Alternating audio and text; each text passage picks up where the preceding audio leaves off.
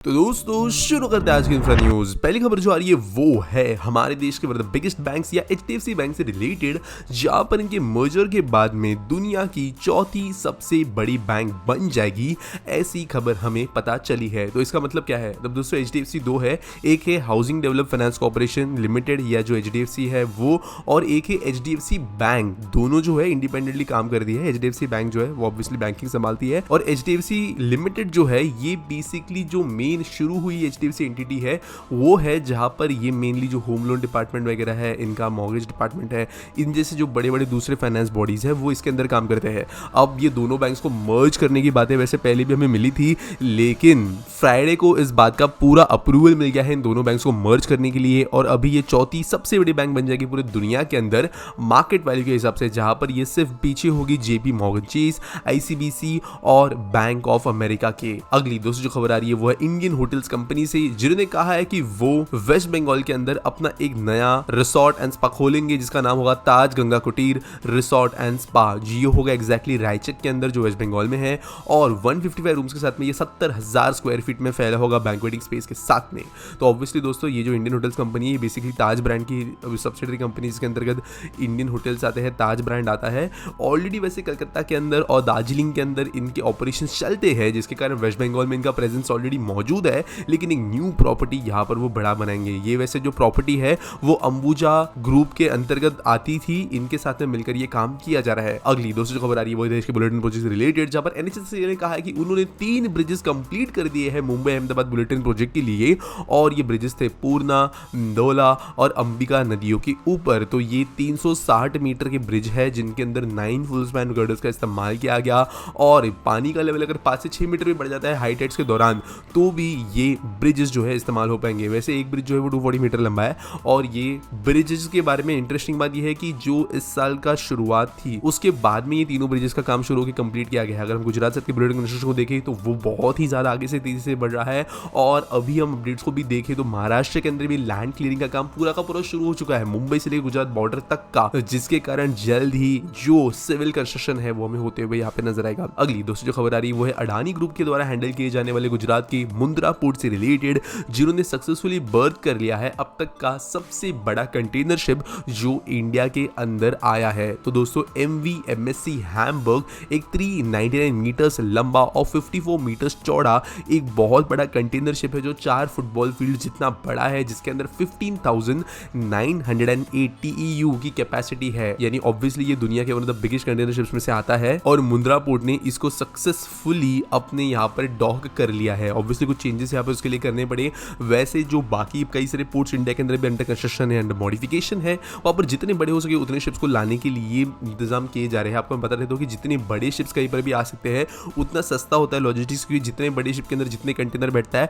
तो उतने पर कंटेनर के ट्रांसपोर्टेशन कॉस्ट में हमें नीचे गिरावट होते हुए नजर आती है। इसके लिए जब बड़े कंटेनर किसी डॉक के अंदर आते जाते हैं तो उस डॉक के अंदर से ट्रांसपोर्टेशन का किराया जो है वो कम होता है, और ऑब्वियसली ओवरऑल किसी कंट्री के इंपोर्ट एक्सपोर्ट को बढ़ाने के लिए वो जरूरी है। ये चीज मुंद्रा पोर्ट में शुरुआत हुई है, होपफुली बाकी भी पोर्ट से करके दिखाएंगे। अगली खबर दोस्तों जो आ रही है वो है इंडियन ऑयल कॉर्पोरेशन से, जिन्होंने 1222 किलोमीटर लंबे एक पाइपलाइन प्रोजेक्ट का काम जो है एक हद तक कंप्लीट किया है। तो यहाँ पे बेसिकली पारादीप पोर्ट से लेकर हैदराबाद के बीच में ये पोर्ट बनना था, जहां पर तेलंगाना के अंदर जो सेक्शन है वो कंप्लीट हो गया है, ऐसा यहाँ के ऑफिसर ने कहा है। वैसे दोस्तों ऑलरेडी कमीशन भी हो गया था ये लाइन कुछ हद तक कंप्लीट होके विजयवाड़ा तक, और अभी मार्च नेक्स्ट ईयर तक पूरा प्रोजेक्ट कंप्लीट हो जाएगा, ऐसा भी उन्होंने कहा है। अलग अलग डिस्ट्रिक्ट्स के अंदर अलग अलग लेवल पे काम जो है बाहर भी चल रहा है, जिसकी वजह से ये काम जो है one of the most important projects बनेगा इंडियन ऑयल के लिए और देश की एनर्जी सिक्योरिटी के लिए भी। अगली दोस्तों जो खबर आ रही है वो है BSNL ECL इंक पैक्ट से रिलेटेड, या बेसिकली दोनों कंपनीज के बीच में वो कोलैबोरेशन से रिलेटेड जो कि हुआ है SD WAN ग्रुप के साथ में,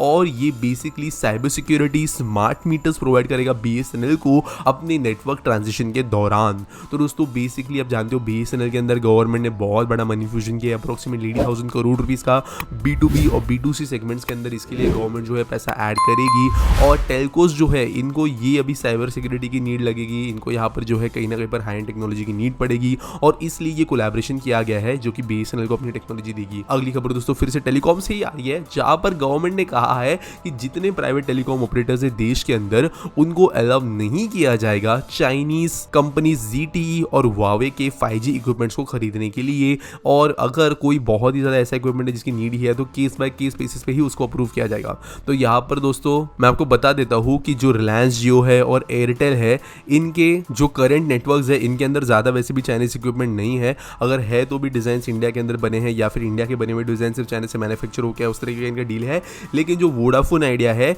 इन्होंने अब तक अपने 5G इक्विपमेंट्स के ऑर्डर्स फाइनलाइज नहीं किए हैं और प्रोबेबिलिटी थी कि ये लोग चाइनीज कंपनी के साथ में अपने ऑर्डर्स प्लेस करेंगे, लेकिन गवर्नमेंट ने काइंड ऑफ ये कहा है कि 5G ऑर्डर्स ऐसे नहीं दिए जा सकेंगे। अगली खबर दोस्तों जो आ रही है वो है यूएस एयरक्राफ्ट मैन्युफैक्चरर बोइंग से रिलेटेड, जिन्होंने कहा है कि वो देख रहे हैं इंडिया के अंदर एक बिजनेस केस बनाने पर एक फाइनल असेंबली लाइन बनाने के लिए। और ये बेसिकली चाइना के अंदर जिस तरीके से बोइंग की फाइनल असेंबली लाइन है वैसे ही तरीके का इन्वेस्टमेंट हो सकता है। तो यहाँ पे एक्टिवली बोइंग ने कहा है, इसका मतलब ये है कि इंडिया के अंदर प्लेन ऑब्वियसली बोइंग पूरा बनाएगा नहीं, लेकिन यहाँ पर जो है जो अलग अलग पार्ट्स होते हैं, विंग्स हो गए, इंजन हो गए, टेल का पार्ट हो गया, फ्यूजलाज हो गया, ये अलग अलग जगह से बनकर इंडिया में आएगा। इंडिया में फाइनल प्लेन असेंबल होगा, जिसके बाद में यहाँ से उसको एक्सपोर्ट किया जाएगा दूसरे कई देशों के अंदर। अब भी एक बड़ी बात इसलिए है क्योंकि यूरोप और यूएसए को छोड़ के सिर्फ और सिर्फ चाइना के अंदर बोइंग ने अब तक इन्वेस्ट किया है, और इंडिया के अंदर एक्टिवली अगर ये चीज़ देख रहे हैं तो ये बड़ी बात है। साथ साथ इन्होंने ये भी कहा कि जो कंपनी इंडिया में से सोर्सिंग वैसे करती है ऑलरेडी अलग अलग छोटे मोटे पार्ट्स की, उसको वो बढ़ा देगी $1 बिलियन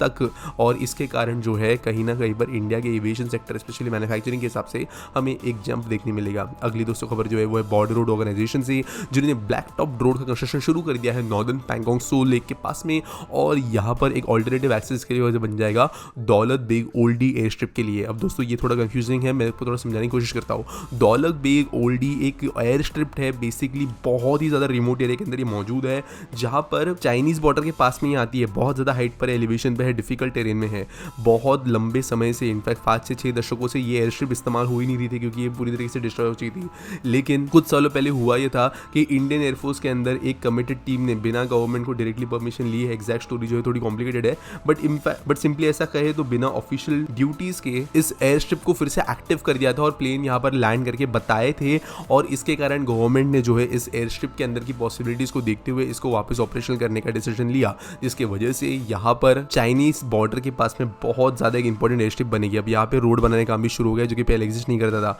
अब एक्जैक्टली जो है ये थोड़ा प्रोसेस कॉम्प्लिकेटेड था, जो पास का मैंने एयर स्ट्रिप लैंडिंग वगैरह बताई, तो वो आप जाके खुद से देख सकते हो, लेकिन इंपॉर्टेंट ये है इंडियन सिक्योरिटी के लिए। आज के आस्पिटी सॉल के बारे में बात करें तो अरविंद नरेला पूछते हैं, why don't anyone make rotating solar panels as they can produce power even if sun is in any direction. तो देखो वैसे नॉर्मल सोलर पावर्स जो है ना वो भी सन किसी भी डायरेक्शन में हो, लेकिन धूप एंड लाइट हो तो वो पावर बनाते हैं। आपको मैं बता देता हूँ कि सोलर पैनल जो है वो लाइट से पावर बनाते हैं, धूप या हीट से नहीं, और थोड़ा डिफरेंस होता है इन चीजों के अंदर। अब रोटेटिंग सोलर पैनल्स की बात ये सच है कि वो ज्यादा एफिशिएंसी से काम कर सकते हैं क्योंकि वो ऑब्वियसली अपनी 100% एफिशिएंसी पे चलेंगे सन को फेस करते हुए। लेकिन जो नॉर्मल सोलर पैनल्स है इसका मतलब ये नहीं कि थोड़ा भी अगर सन हट जाए या लाइट चली जाए तो उनकी एफिशिएंसी बहुत ज्यादा ड्रॉप हो जाती है। एफिशिएंसी ड्रॉप होती है लेकिन बहुत नहीं होती है। लेकिन अब यहीं पर अगर हम किसी नॉर्मल सोलर पैनल को कंपेयर करें किसी ऐसे रोटेटिंग सोलर पैनल से, तो वहां पर जो मैकेनिज्म का खर्चा है, वो मोटर लगाने का, सोलर पैनल को टांग के रखने का, उसके बाद में जो है उसको ऐसे सेंसर्स के थ्रू एनेबल करने का जो उसको सूरज की तरफ घूमने में मदद करे, फिर उस पूरे मैकेनिज्म का मेंटेनेंस हो गया, उसकी ऑयलिंग हो गई, उसके इलेक्ट्रिक मोटर्स के लिए मेंटेनेंस हो गया,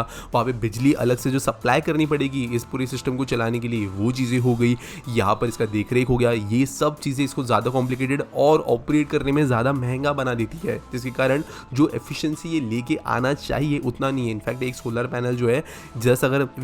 रोटेटिंग सोलर पैनल कहीं पे लगा दिया जाए तो उसके बदले में कई ज़्यादा जो है नॉर्मल सोलर पैनल्स लग जाएंगे उतनी कीमत के अंदर, तो थोड़ी बहुत एफिशिएंसी लॉस इजीली कॉम्पनसेट हो जाएंगी। रोटेटिंग सोलर पैनल्स बहुत रेयर एप्लीकेशंस के लिए ठीक है, किसी में है पैसा उड़ाने के लिए, किसी इंस्टीट्यूट को लगाना है अपने कैंपस वगैरह के अंदर, वो दिखने में बहुत सही लगता है तो वहाँ पे वो चीज़ें की जा सकती है। लेकिन जब बात आती है mass production of solar energy की, जहाँ पर हम hundreds and thousands of megawatts में बात कर रहे हैं, तब वैसे प्लांट्स के लिए रोटेटिंग सोलर पावर पैनल्स जो है वो अच्छा ऑप्शन निकल के नहीं आते। उम्मीद करता हूं आपको सवाल का जवाब मिल गया होगा। अगर आपके पास कोई सवाल है आप नीचे मुझे कमेंट्स में पूछ सकते हो #आस्पिटी के साथ में। अगर आपके पास में कोई न्यूज़ है सबमिट करने के लिए तो आपको डिस्क्रिप्शन में एक लिंक मिलेगी, जहाँ पर अगर आप फर्स्ट देते हो न्यूज़ तो आपको लिंक मिलेगा हमारे टाइम स्टैम्प्स के अंदर। इसके अलावा अगर आपको चैनल पर ये वीडियो अच्छा लगा तो इसे सब्सक्राइब करें और हम मिलेंगे अगले वीडियो में।